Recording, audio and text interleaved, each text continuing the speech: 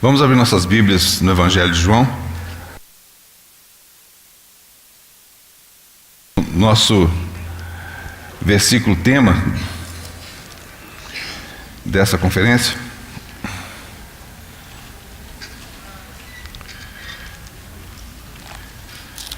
Evangelho de João, capítulo 4.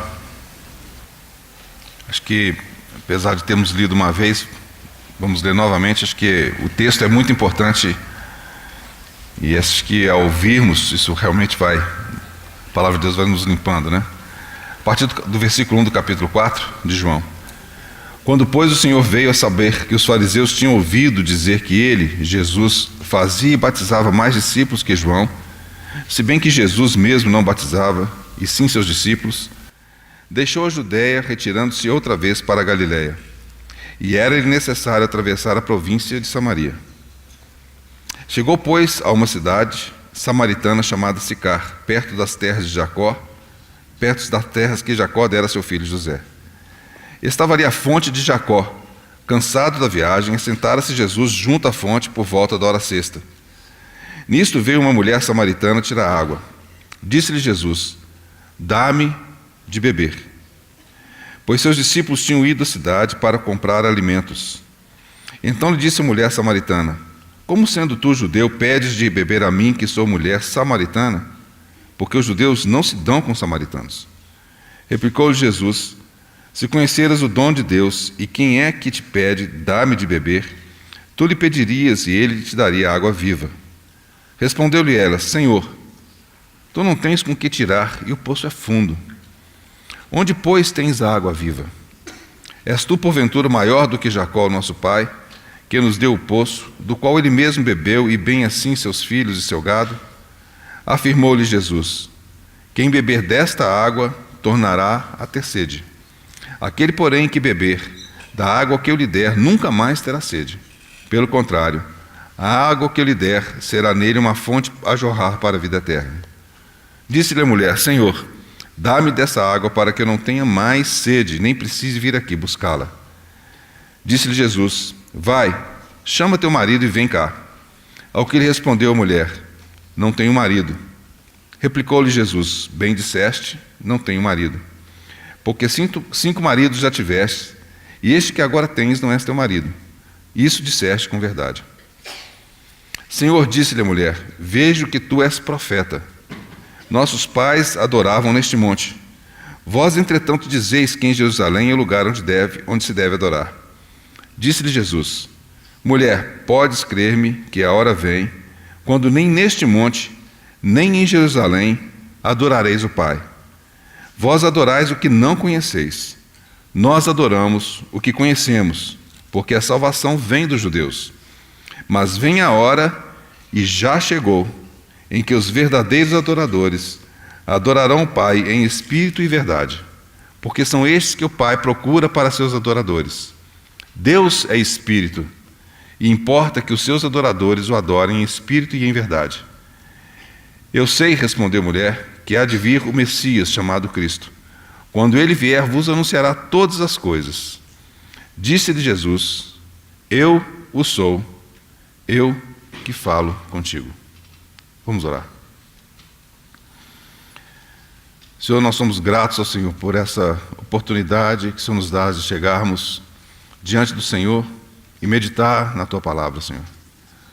Como nós realmente nos curvamos diante do Senhor em adoração. Reconhecendo que realmente o Senhor é o centro de todas as coisas, reconhecendo que realmente ninguém se compara ao Senhor. Senhor, nesta noite nós chegamos diante de Ti, Senhor, com 5 pães e os 2 peixinhos. Senhor, que realmente o Senhor possa abençoá-los e distribuir a todos nós. Nós somos aqueles que realmente carecem do Senhor e que dependem de Ti. Senhor, nós queremos realmente ouvir a Tua voz. Nós pedimos o nome do Senhor Jesus. Amém. Bom, irmãos, como nós já sabemos, o tema central dessa conferência é sobre adoração. E, de fato, esse é o tema de todas as eras. Quando nós consideramos a palavra adoração, que talvez hoje seja utilizada de maneira tão comum, tão corriqueira, de maneira talvez até mesmo inadequada, talvez nós não conseguimos depreender, de fato, a relevância e a centralidade desse tema em todo o universo. Deus é aquele que merece receber toda a adoração. Nenhum outro ser, nenhuma outra pessoa é digna de receber adoração. E a disputa por essa adoração, irmãos, é o conflito de todas as eras. É o conflito que faz com que hoje nós vivamos e nós percebamos o embate que muitas vezes achamos ser meramente no nível do nosso entendimento, da nossa compreensão, mas que certamente vai muito, mas muito além. A palavra adoração, por si, quando citada na Bíblia, ela aparece no hebraico a primeira vez lá em Gênesis. Eu vou ler essa primeira menção.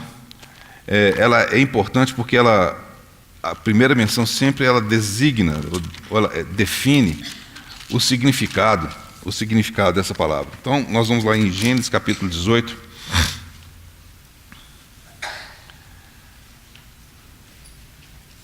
A palavra do hebraico é shakar. Versículo 2. Os irmãos devem se recordar desse episódio, quando o Senhor aparece a Abraão lá nos carvalhais de Manre. Em versículo 2, levantou ele os olhos, olhou, e eis 3 homens de pé em frente dele. Vendo-os, correu da porta da tenda ao seu encontro, e aí vem a palavra-chave, prostrou-se em terra. A palavra no hebraico, ela significa exatamente isso, prostrar-se em terra. É interessante que no português a palavra adoração vem do latim ad orare. Ad é justapor, né? É alguma coisa que se coloca junto à oração. E de alguma forma, embora ela expresse razoavelmente bem o que significa, ela não traz, ao meu ver pelo menos, de maneira completa o que significa de fato adoração. Em inglês você tem a palavra adoration, que é uma palavra utilizada no vernáculo inglês, mas a palavra do inglês, worship, é uma palavra muito significativa.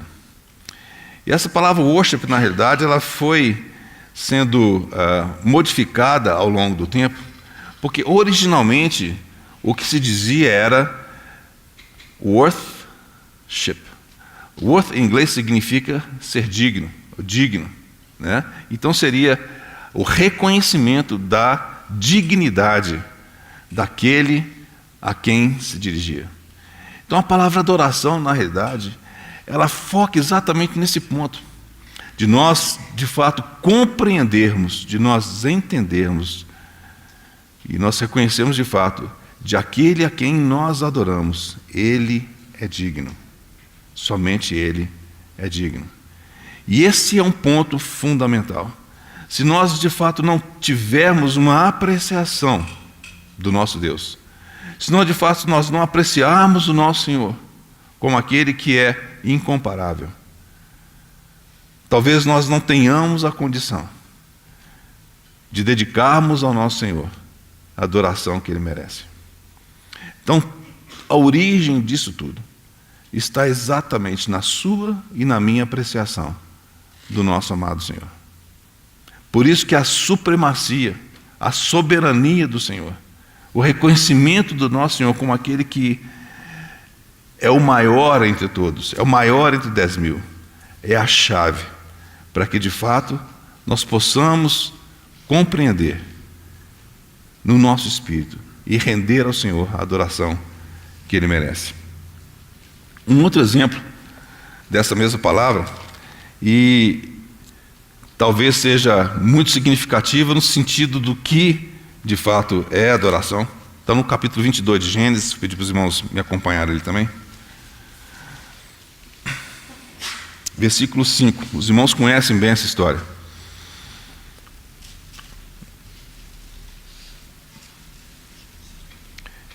O Senhor nosso Deus, Ele prova a Abraão e pede a Abraão que lhe dê aquilo que lhe era mais caro, mais precioso.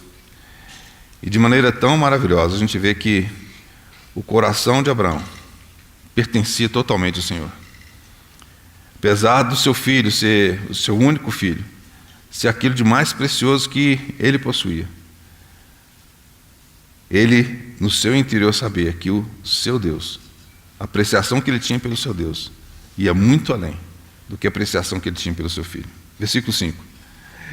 Então disse a seus servos: esperai aqui com o jumento, eu e o rapaz iremos até lá, e havendo a adorado, voltaremos para junto de vós. Esse versículo é muito precioso. Nós vemos de fato como Abraão sabia, no seu íntimo, que a promessa do Senhor, ela era inabalável. E o Senhor havia prometido a ele a descendência. E se essa descendência viesse, seria por meio do seu único filho. E ele sabia, ainda que seu filho fosse morto, por causa da promessa inabalável, imutável de Deus, Deus traria o seu filho da morte.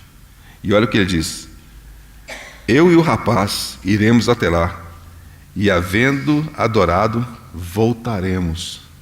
Ele não falou voltarei, mas ele falou voltaremos, porque ele sabia que Deus era o Deus que ressuscitava os mortos. Por isso que Abraão, ele pôde falar com toda firmeza que eu estou indo ali para adorar, para poder me curvar em terra, para me prostrar diante daquele que é maior do que todos, daquele que é digno de receber essa adoração. Mais um exemplo, 1 Samuel 24, 1 Samuel capítulo 24, versículo 8. Nós vemos aí Davi, alguém que conhecia o princípio de autoridade. Ele então, ao se encontrar com Saul, ele tem essa atitude. Depois também Davi se levantou e, saindo da caverna, gritou a Saul, dizendo: ó rei, meu senhor. Olhando Saul para trás, inclinou-se Davi e fez-lhe reverência com o rosto em terra. Os irmãos estão vendo? É mais uma referência que nós temos da atitude de se prostrar, de reverência, com o rosto em terra. Então essa palavra do hebraico, ela quer dizer exatamente isso. Ela quer dizer uma atitude de reverência, de reconhecimento. Muito bem. Quando nós consideramos então a questão da adoração, o Senhor fala: adoradores que adorem o Pai em espírito e verdade. Em espírito e verdade. Por que a questão da adoração? E por que a questão desse tema tão importante ser trazido numa interação com uma mulher samaritana? Ela mesma diz: Senhor, como é que o Senhor se dirige a mim, eu sendo mulher e sendo samaritana? Como é que um tema de tamanha relevância é trazido num contexto como esse? Eu não sei o que os irmãos acham, mas talvez esse tipo de interação deveria ter acontecido, quem sabe, com Nicodemos. Aquela mulher, sim, ela precisava de nascer de novo. E quem sabe a conversa de nascer de novo, toda aquela interação, fosse mais adequada com a mulher samaritana. E quem sabe Nicodemos, alguém que era doutor da lei, certamente conhecia a Torá e conhecia todo o Antigo Testamento, tivesse uma apreciação muito maior do que de fato seria adorar em espírito e verdade. É como se essas duas conversas estivessem trocadas, os personagens, os interlocutores estivessem trocados. Mas certamente que não. O nosso Senhor, Ele é sábio, Ele é preciso nas suas palavras. E como nós lemos no início do capítulo 4, é dito muito claramente que o Senhor, percebendo o que estava acontecendo ali na Judéia, Ele entendeu que Ele precisava passar por Samaria. Ele precisava passar por aquele local, porque algo fundamental, algo central aconteceria ali. E onde é que foi que o Senhor encontrou com aquela mulher?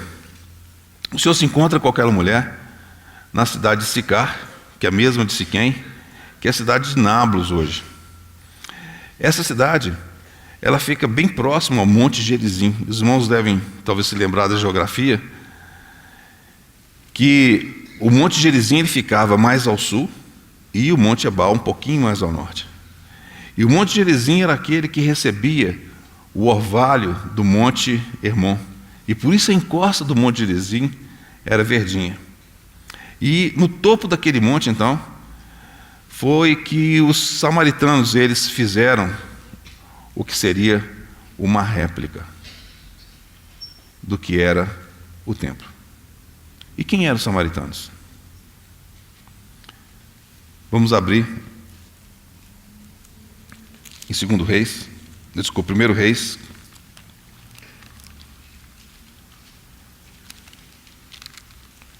1 Reis, capítulo 17.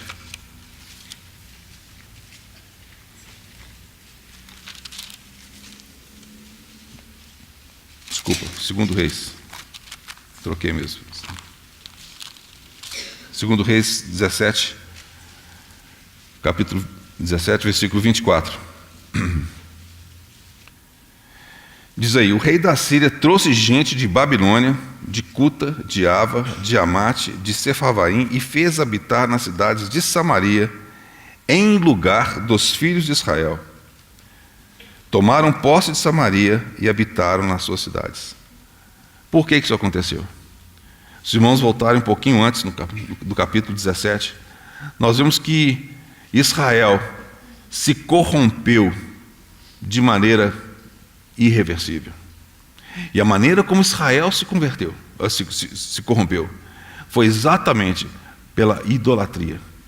Eles trouxeram ídolos e sacrificavam esses ídolos nos altos, e por causa da postura deles em negar ao Senhor a adoração devida ao Senhor, o Senhor então faz com que o rei da Síria venha, leve cativo todo o povo de Israel, e com aquele lugar vazio, ele agora então repopula aquela região, com as pessoas dessa região que vêm basicamente ali do Iraque.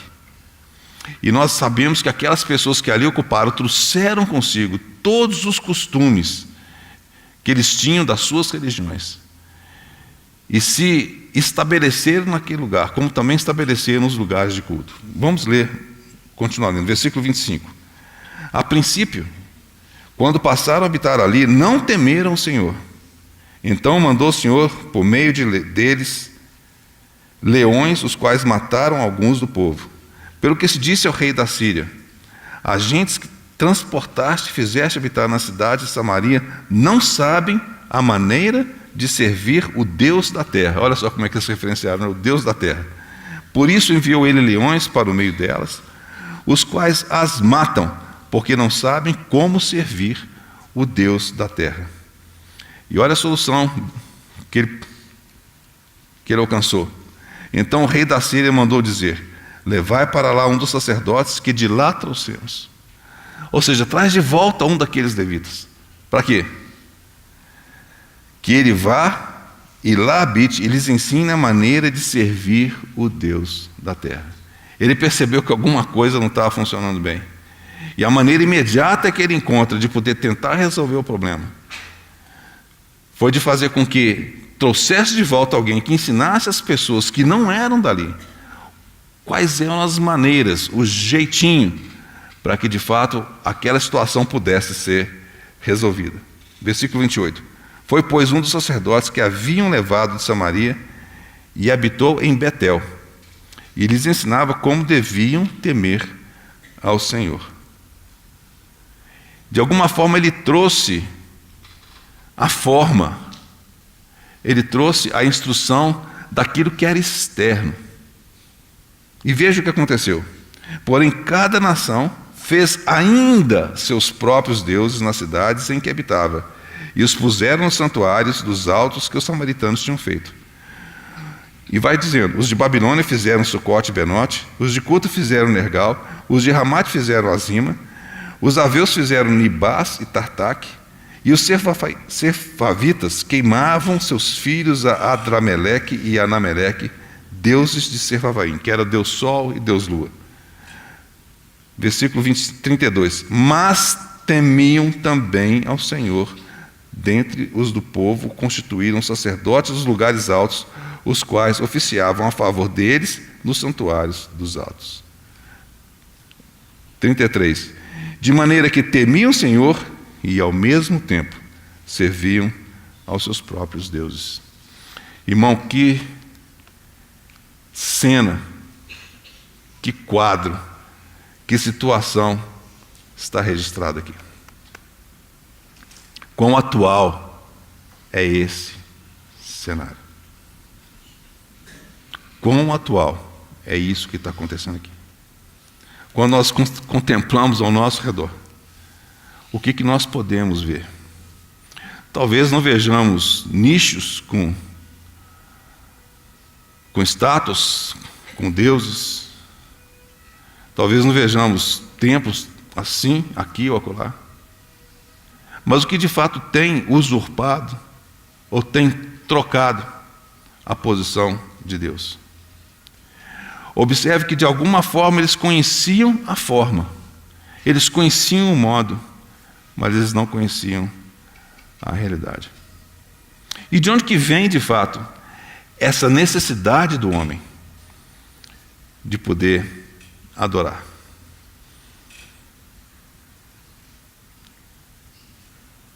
Nós sabemos que quando Deus criou o homem do pó da terra, lemos lá em Gênesis, os irmãos conhecem muito bem, a palavra de Deus nos fala que formou Deus o homem do pó da terra. E chega um momento em que Deus sopra nas narinas do homem o seu espírito. E naquele momento, o homem se torna alma vivente.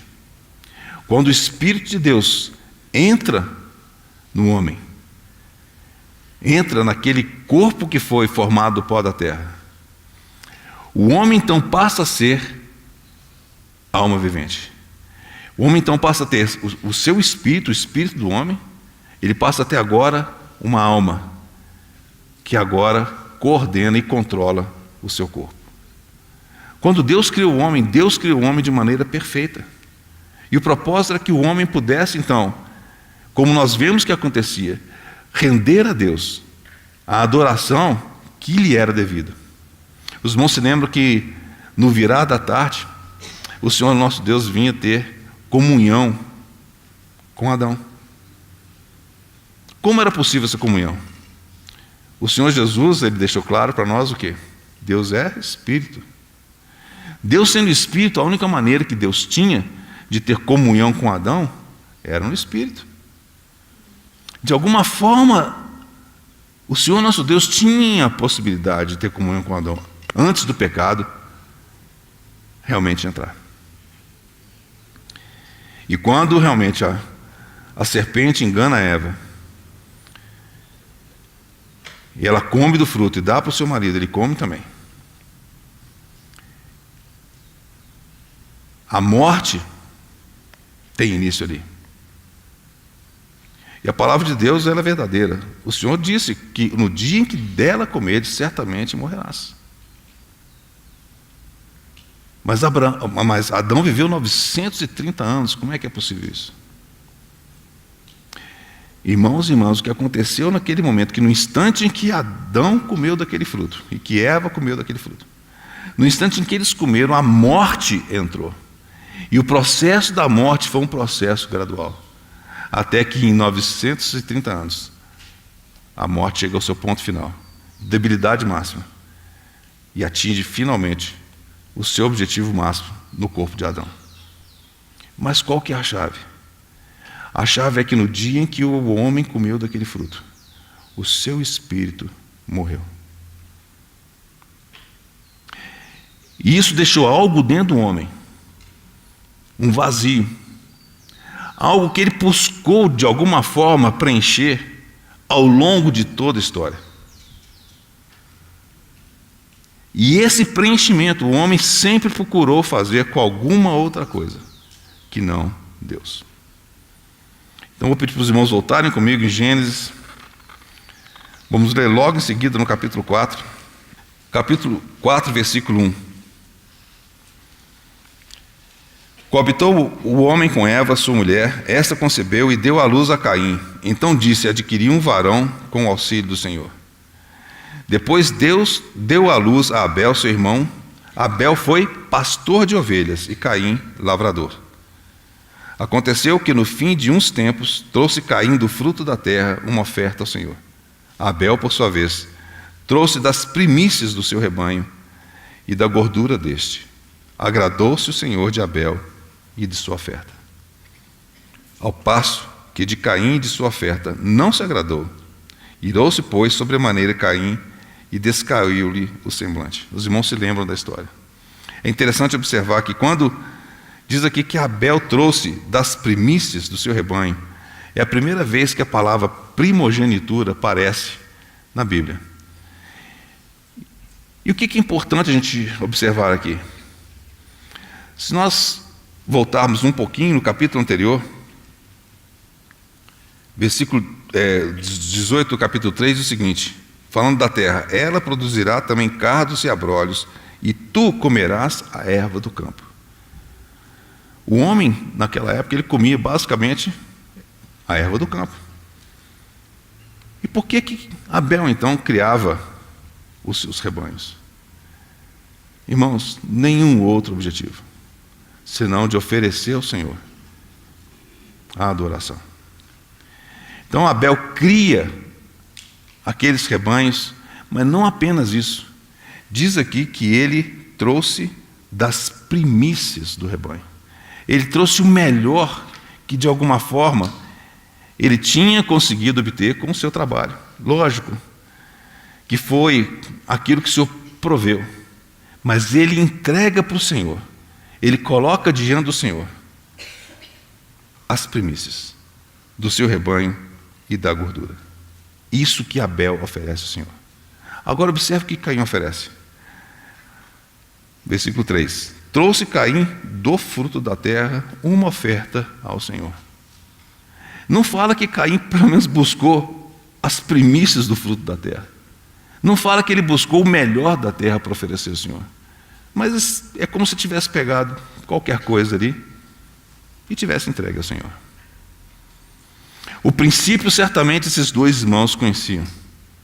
Certamente Adão e Eva devem ter relatado para ambos da maneira tão maravilhosa de como Deus os vestiu.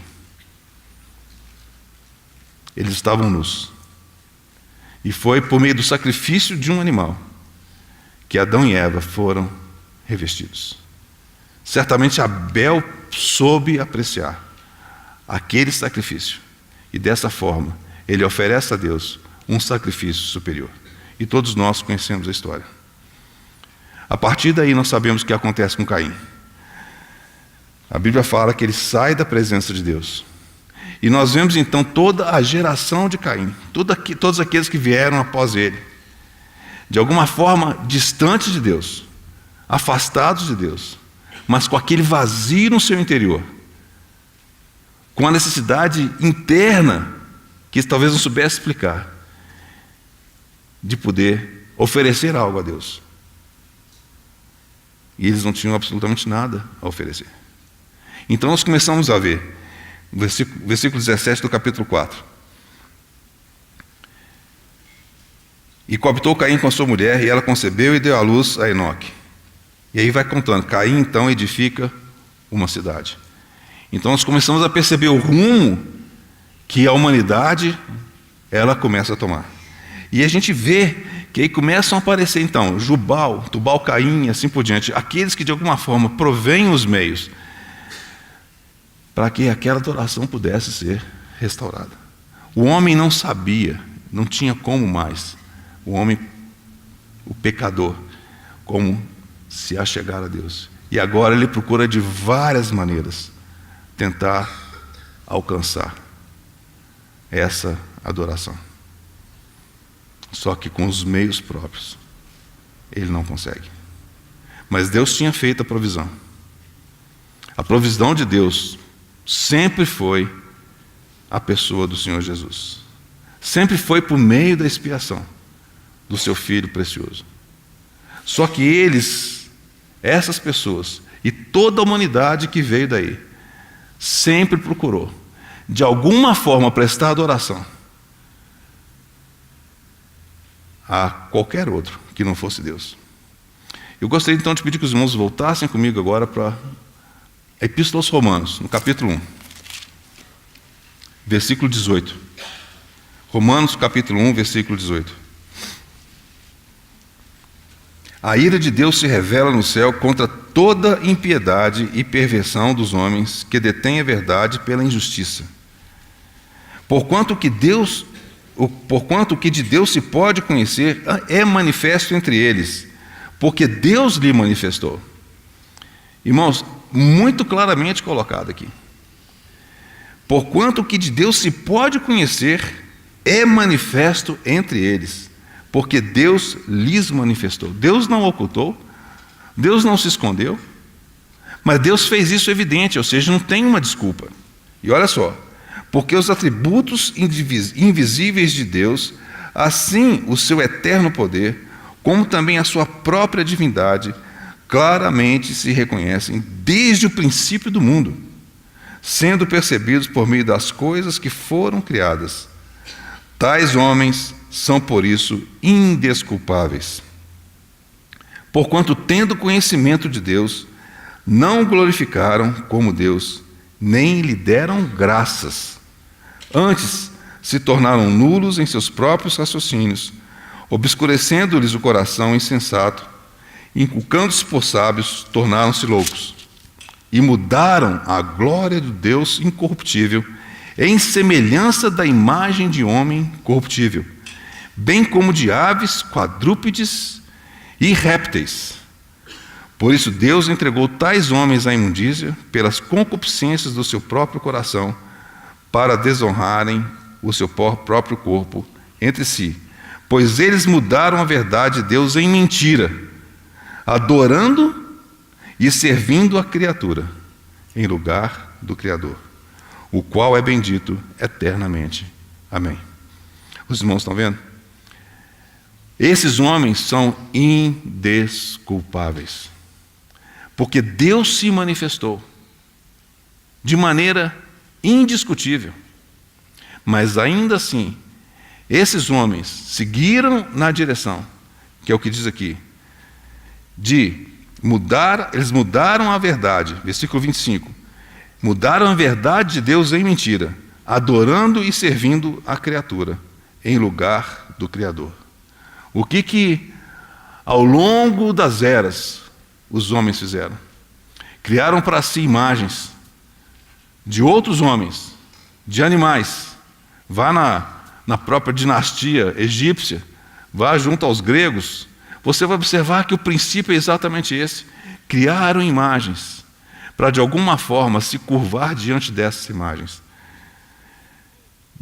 Por isso Deus entregou tais homens à imundícia pela concupiscência de seu próprio coração, para desonrarem o seu corpo entre si, pois eles mudaram a verdade de Deus em mentira. Irmãos, essa é uma obra que foi realizada pelo pecado. O inimigo de Deus alcançou, com o pecado introduzido no homem, aquilo que ele queria. De alguma forma, o coração do homem foi desviado, para que não mais considerasse o Criador, mas considerasse a criatura. Não é necessário, não foi necessário, que se ensinasse ninguém a como proceder com o que seria essa adoração. Adoração de ídolos. É como se, de fato, em qualquer cultura que você vá ao longo da história, você vai encontrar isso de maneira muito evidente, muito clara. É como se, de fato, esse vazio que foi criado no interior do homem, com seu espírito apagado, ele agora quisesse preencher com tudo aquilo que não é Deus. Não é assim hoje? Não é assim o homem de hoje também? De novo, talvez não com nichos, com os ídolos ou com estátuas, mas quantas coisas o homem tem colocado e adora a essas coisas que ele tem colocado. Por isso, irmãos, essa é a batalha. Esse é o ponto central, é o fulcro de tudo aquilo que está nesse universo.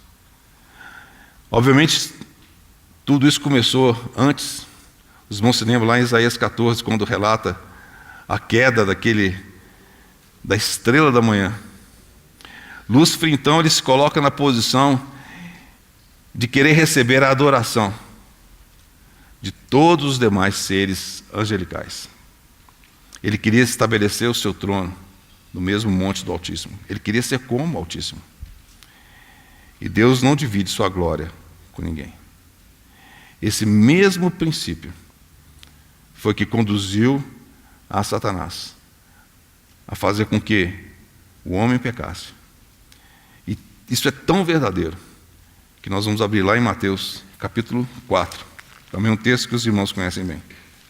O Senhor Jesus, como nós lemos após o seu batismo, o Senhor Jesus não precisava ser batizado, nós vemos que os céus se manifestam com a aprovação daqueles 30 anos que o Senhor viveu, né, de maneira perfeita.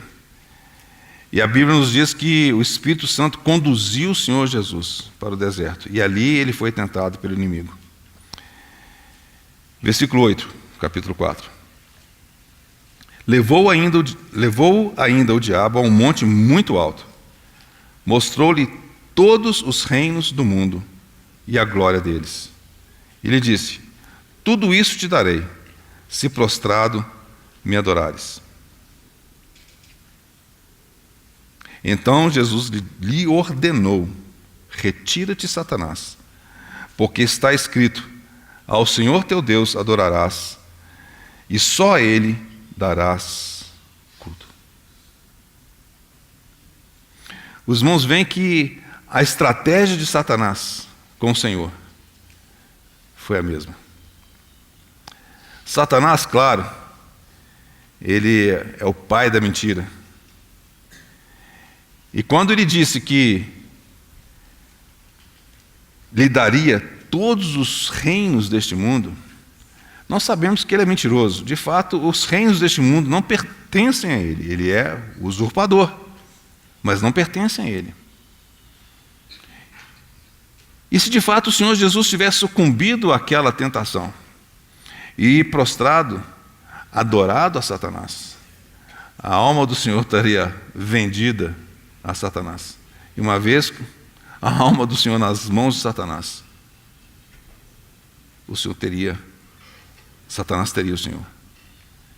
E certamente os reinos não seriam dados ao Senhor. Mas graças ao Senhor, se por um lado o primeiro Adão falhou, somos gratos ao Senhor que o último Adão, ele resiste e ele vence a Satanás. E ele diz: ao Senhor teu Deus adorarás. Ao Senhor teu Deus adorarás. E só, observe bem, só a Ele darás culto. Ninguém mais nesse universo. Irmãos, ninguém mais neste universo merece a adoração. E é digno da adoração, senão o nosso Deus. O Senhor Jesus, de uma vez por todas, coloca um marco, estabelece claramente, diante do usurpador, diante do inimigo de Deus, de que, de fato, a adoração somente ao nosso Deus. Infelizmente, nós vemos que o homem prossegue ainda, tentando preencher a sua necessidade de adorar com tantas outras coisas. Mas graças a Deus por Jesus Cristo. Bom, no tocante àquilo que o Senhor então agora expressa para aquela mulher samaritana, é interessante observar a sequência em que vem aquela interação. Quando o Senhor Jesus fala com aquela mulher que ele tinha uma água para dar, ele tinha algo para poder conceder a ela, que ela não conhecia. Obviamente o Senhor Jesus está falando num nível, que é um nível espiritual, mas ela está pensando simplesmente no nível terreno. Ela está pensando simplesmente no ter que ir até aquele poço para poder tirar aquela água, devia dar um trabalho muito grande, que ela tinha que descer, carregar o cântaro e voltar. Ela está pensando simplesmente no nível natural dela. Mas quando o Senhor Jesus toca no ponto, ela então começa a ser despertada. E aí ela vê que ela está diante de alguém, como ela nunca tinha estado antes. E ela fala o quê? Senhor, eu reconheço que és profeta. E eu não sei se vocês têm a mesma impressão do que eu, mas muitas vezes parece que ela vai agora derivar uma conversa tipo assim, nada a ver com o que estava falando antes, né? E ela traz um assunto que é o assunto central. Vamos lá, os irmãos estão indo e voltando, não tem problema não. Vamos voltar em João capítulo 4. João capítulo 4, versículo 19. Senhor disse-lhe a mulher, vejo que tu és profeta. Vejo que tu és profeta, porque o Senhor Jesus relatou todo o seu passado. E aí ela fala, nossos pais adoravam neste monte. Quando ela fala, nossos pais adoravam nesse monte, ela está falando corretamente, porque eles já haviam estabelecido o culto conforme nós já lemos. Lembra que os samaritanos, eles, instruídos por aquele sacerdote que havia voltado, restauraram a forma de todas as coisas. Claro, se você for consultar a literatura dos samaritanos, eles se dizem como sendo os portadores da verdade original. Você vai encontrar a Torá samaritana, você vai encontrar todos os escritos samaritanos. Hoje, né, só de curiosidade, ali naquela região habitam cerca de 700 e poucos samaritanos ainda. E eles celebram as festas. Eles celebram as festas como todo, né? E eles têm a Torá samaritana e assim por diante. E ela entendia, como os pais lhe haviam ensinado, que de fato o que eles tinham ali era original. Se contrapondo então o que ela diz, entretanto dizeis que em Jerusalém é o lugar onde se deve adorar.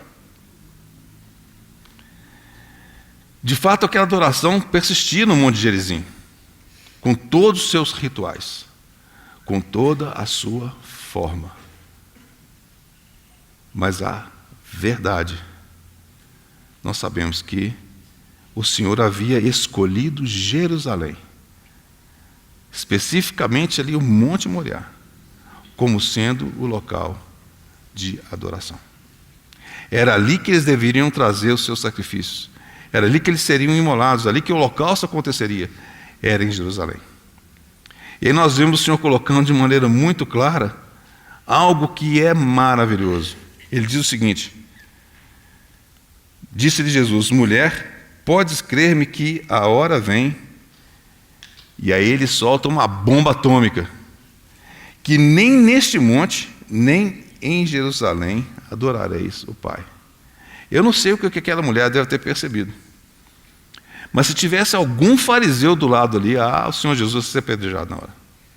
Imagina, o Senhor estava dizendo que não seria em Jerusalém. Os irmãos estão vendo recente o fato dos Estados Unidos ter reconhecido ou ter desejado ou reconhecido Jerusalém como sendo a capital de Israel. Vocês estão vendo a confusão que está dando, né? O levante imediato dos árabes, dos palestinos. Jerusalém, de fato, tem uma questão central.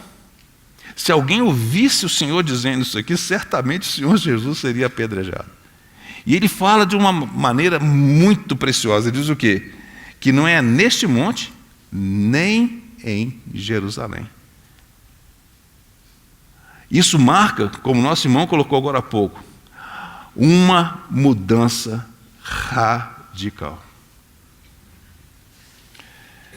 Vós adorais o que não conheceis.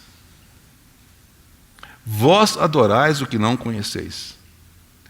Os irmãos, lembrando agora da história dos samaritanos, eles não tinham a realidade, eles tinham a forma. Eles tinham todo o contexto de como as coisas deveriam ser feitas, mas eles não tinham a realidade. Eles não tinham a realidade. O que eles tinham era uma adoração falsa.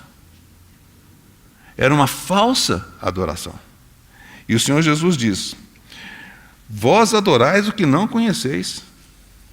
Nós adoramos o que conhecemos, porque a salvação vem dos judeus. A salvação vem dos judeus. Aí o Senhor diz: mas vem a hora, e já chegou, em que os verdadeiros adoradores adorarão o Pai em espírito e verdade. E aí cabe uma questão importante para nós considerarmos. O Senhor Jesus, ele já deixou bastante claro que aquilo que acontecia ali no Monte Gerizim se tratava de uma falsa adoração. Não era alguma coisa real. Mas o Senhor Jesus agora vai dizer uma coisa a mais. Ele diz o seguinte: mas vem a hora e já chegou. Não apenas uma coisa que viria no futuro, mas o Senhor fala que já chegou. Já chegou por quê? Porque o Senhor estava ali. Ele havia chegado. Ele é a realidade. E olha o que ele diz: em que os verdadeiros adoradores. Essa palavra verdadeiro é uma palavra que aparece no grego, no Novo Testamento, e os irmãos vão imediatamente reconhecer o que significa esse verdadeiro. Então nós vamos um pouquinho para frente, algumas páginas, capítulo 6, versículo 32. Os irmãos se lembram dessa passagem em que o Senhor Jesus, ele agora se declara o pão da vida. Replicou-lhe Jesus: em verdade vos digo, não foi Moisés quem vos deu o pão do céu. E o que diz aí? O verdadeiro pão do céu é meu Pai quem vos dá. O verdadeiro pão do céu é o meu Pai quem vos dá. Significa o quê? Significa que o pão que eles comeram no deserto era falso? Não existiu? É claro que não. Nós sabemos que Deus dava o maná diariamente, né? Como sementinha de coentro na manhã, bem cedinho. Mas o Senhor deu aquele pão. Ou seja, aquele pão existiu, não era uma mentira. O que significa então esse verdadeiro? Verdadeiro aqui, irmão, significa que não está em contraste com alguma coisa falsa, mas o verdadeiro significa aquilo que é a realidade. O outro pão era apenas uma sombra. Era uma sombra daquilo que viria. É uma sombra. Mais um exemplo, que os irmãos conhecem bem também. João capítulo 15, versículo 1 diz o seguinte: eu sou a videira verdadeira. Significa que as outras videiras ali em Israel eram falsas, que não existiam? É claro que não. A palavra verdadeira aqui, de novo, ela diz o quê? Eu sou a videira real.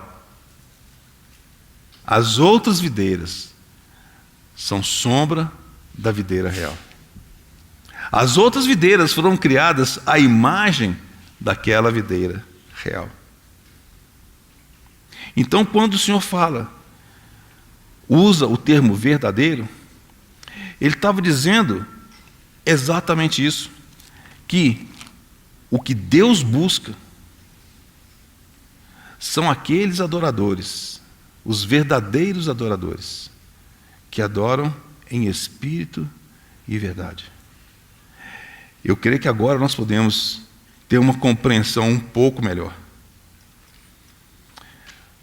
Você tinha o falso ou a falsa adoração, aquela que acontecia no Monte Gerizim. Você tinha agora a adoração por sombras, que aquela que acontecia em Jerusalém. Se os irmãos voltarem ao Antigo Testamento e lerem os ordenamentos do Senhor,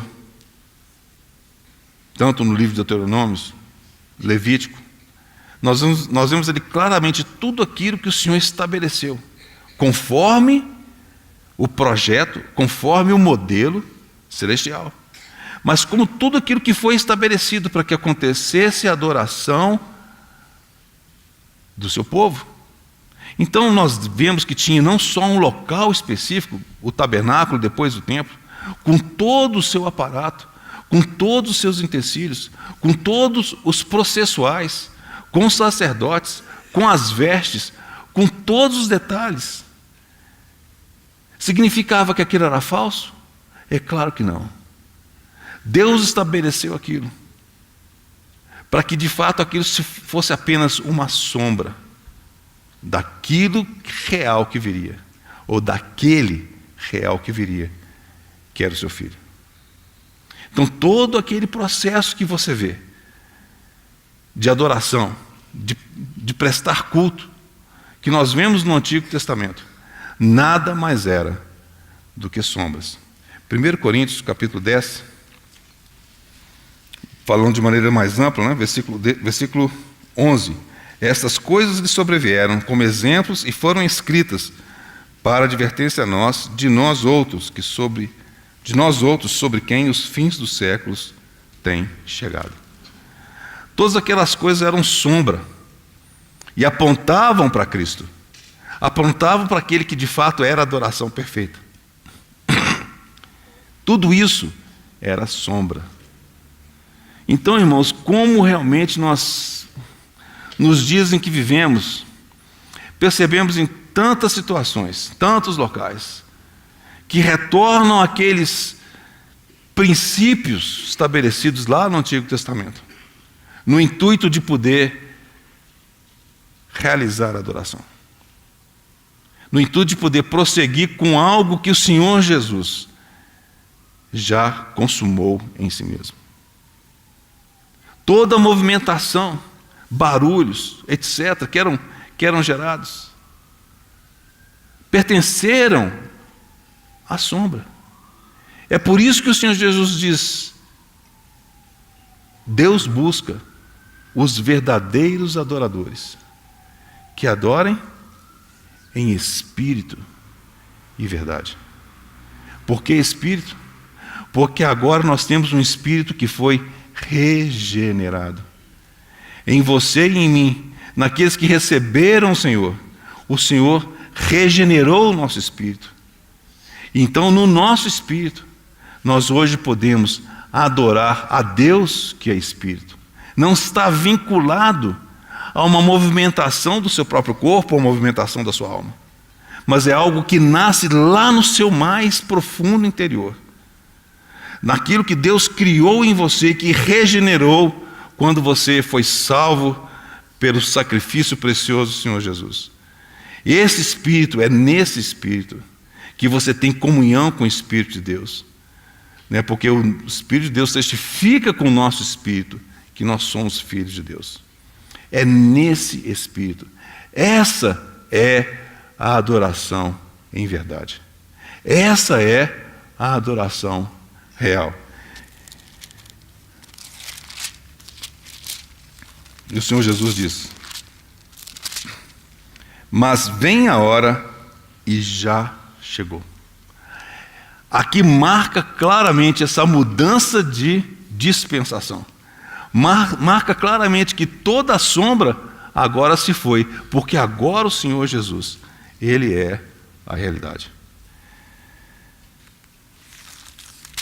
Porque são estes que o Pai procura para seus adoradores.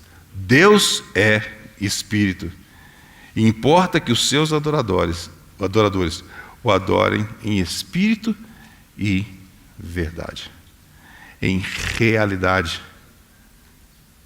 É isso que o Senhor está dizendo. E uma pequena palavra, já estou chegando ao final.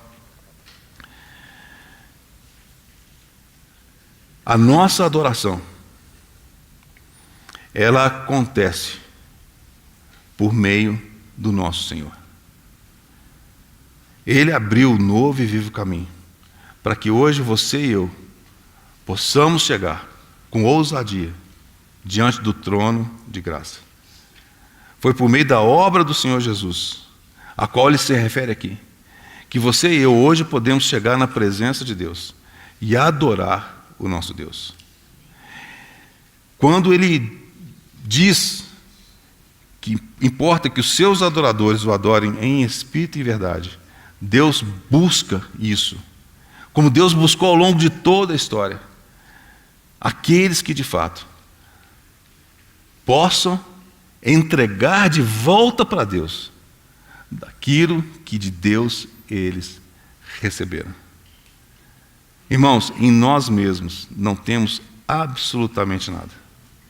Nada há em nós que possamos oferecer ao nosso Deus, senão aquilo que dele nós recebemos, que é a pessoa do seu amado Filho. Então, quando nós nos prostramos diante do Senhor, em adoração, quando nós adoramos nosso Senhor em Espírito, de fato o que nós fazemos é dar de volta ao Senhor daquilo que dele nós recebemos. Sem entrar em definições mais detalhadas, né? Existem palavras, termos na palavra de Deus como adoração, louvor, oração, súplica, intercessão. São muitas palavras, né? O nosso irmão deve compartilhar um pouco mais sobre isso. Mas se eu pudesse colocar de uma maneira simples, e amanhã, se o Senhor permitir, nós prosseguiremos com alguns aspectos pessoais e coletivos da adoração, eu gostaria de colocar isso para os irmãos considerarem. Adoração, em primeiro lugar, em termos da nossa atitude, ela se refere a uma atitude de gratidão. Gratidão. E para concluir, eu gostaria de ler um versículo com os irmãos, que os irmãos conhecem muito bem, porque os irmãos são eruditos. Lucas, capítulo 17. Lucas, capítulo 17. Os irmãos se lembram que o Senhor, de maneira tão maravilhosa, Ele cura aqueles 10 leprosos. E nós lembramos o seguinte: de caminho para Jerusalém, no versículo 11, passava Jesus pelo meio de Samaria e da Galiléia. Interessante, né? Ao entrar numa aldeia, saíram no encontro 10 leprosos, que ficaram de longe e lhe gritaram, dizendo: Jesus, mestre, compadece-te de nós. Isso aqui a gente pode dizer que é uma oração, né? Clamando ao Senhor por compaixão. Ao vê-los, disse-lhe Jesus: ide e mostrai-vos aos sacerdotes. Aconteceu que, indo eles, foram purificados. Eles foram purificados no caminho. Um dos 10, vendo que fora curado, voltou. Um dos 10, vendo que fora curado, ele viu que ele foi curado. Primeira reação dele foi: ele voltou, dando glória a Deus em alta voz. Versículo 16: e prostrou-se com o rosto em terra aos pés de Jesus, agradecendo-lhe. E este era samaritano. Irmãos, pela misericórdia de Deus, nós somos redimidos pelo sangue precioso do Senhor Jesus. Pela misericórdia do nosso amado Deus, nós somos aqueles pecadores salvos pela graça. Ruth não pertencia à nação de Israel. Pela grande misericórdia e graça de Deus,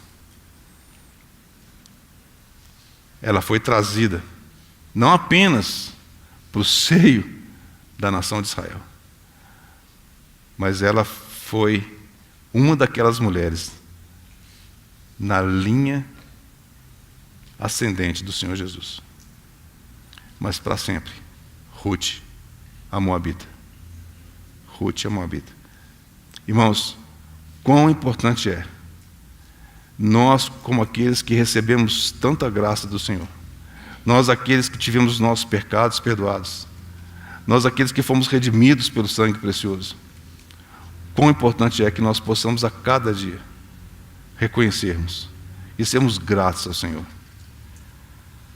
Prostrar-nos com o rosto em terra, aos pés do Senhor Jesus, e agradecer-lhe, porque somos pecadores salvos pela graça. Vamos orar? Senhor, nós encomendamos essas palavras às tuas mãos, pedindo que o Senhor continue a falar aos nossos corações.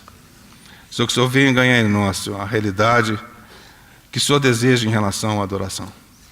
Senhor, que possamos estar entre aqueles que de fato se prostram diante do Senhor. Não necessariamente de maneira física, Senhor, mas que se prostram em seu espírito diante do Senhor, em adoração. Senhor, porque o Senhor é digno. Senhor, porque ninguém se compara ao Senhor. Senhor, pedimos que o Senhor seja conosco no restante desse dia. Senhor, que somente possa obter do teu povo, Senhor, aquilo que o Senhor merece. Somos gratos ao Senhor, no nome precioso do Senhor Jesus. Amém.